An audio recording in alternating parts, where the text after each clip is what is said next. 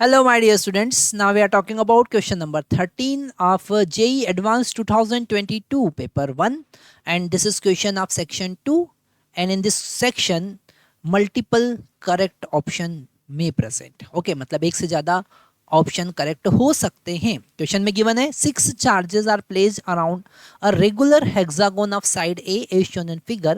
5 of them have charge Q and the remaining one has charge X.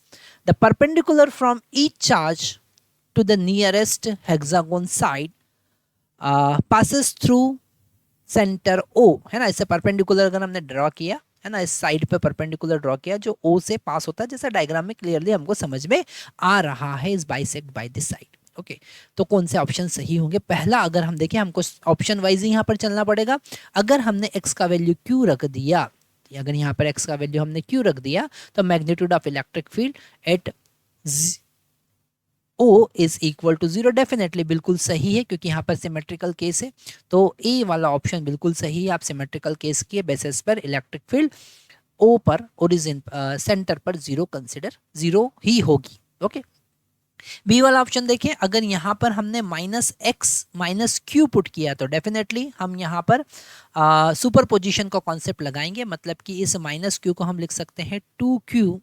Okay, sorry, q - 2q. Okay, q - 2q. मतलब यहाँ पर हम इस -q की जगह पर एक q और एक -2q का चार्ज कंसिडर कर सकते हैं. और ये q ये जो 6q फिर बनेंगे, इनके कारण सेंटर पर इलेक्ट्रिक फील्ड कितना हो जाएगा? इन q के कारण सेंटर पर इलेक्ट्रिक फील्ड 0 हो जाएगा, केवल -2q बचेगा. यहाँ पर कॉन्सेप्ट हमने यूज किया है सुपर पोजिशन ऑफ चार्ज.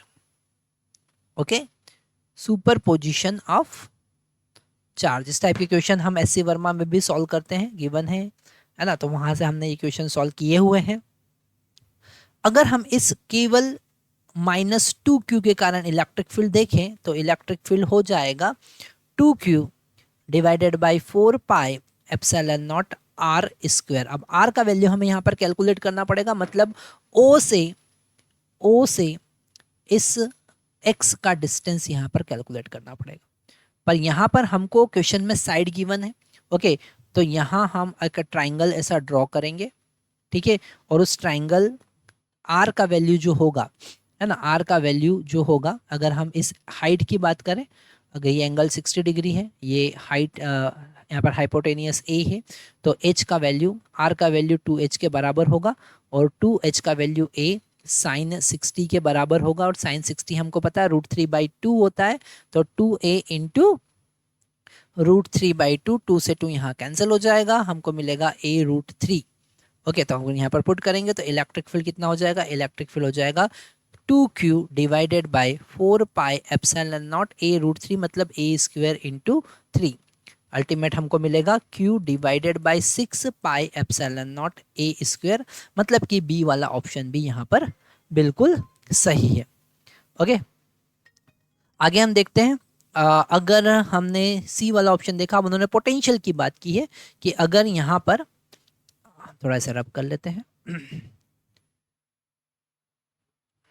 अगर हम पोटेंशियल की बात करें और हमने यहाँ पर 2q चार्ज रखा हुआ, तो पोटेंशियल तो एक स्केलर क्वांटिटी है, मतलब सबका ऐड कर देना है यहाँ पर. तो टोटल कितने हो जाएंगे? 5, और ये एक हो गया 2q हो गया 7, तो 7q divided by 4 pi epsilon not r, और r का वैल्यू a√3. डेफिनेटली ये वाला ऑप्शन बिल्कुल सही हमें लग रहा है. और अगर हम यहाँ पर 6th वाले ऑप्शन, डी वाले ऑप्शन में देखें, अगर हमने यहाँ पर -3q रखा, तो फिर यहाँ पर अगर हम पोटेंशियल कैलकुलेट करेंगे, तो टोटल चार्ज कितने होंगे? 5q - 3q और divided by 4 pi epsilon not, r का वैल्यू a√3. तो यहाँ पर 2q आना चाहिए, पर यहाँ पर -3q है, मतलब कि ये डी वाला ऑप्शन गलत है. हमारे पास 3 ऑप्शन यहाँ पर सही है. ये वीडियो स्पेशली उन्हीं स्टूडेंट के लिए हैं जो जेई एडवांस के लिए जा रहे हैं, जेई मेंस के लिए जा रहे हैं, और उनको ये सारे कॉन्सेप्ट समझने के लिए ये वीडियोस डेफिनेटली बहुत ज़्यादा हेल्प करने वाला है.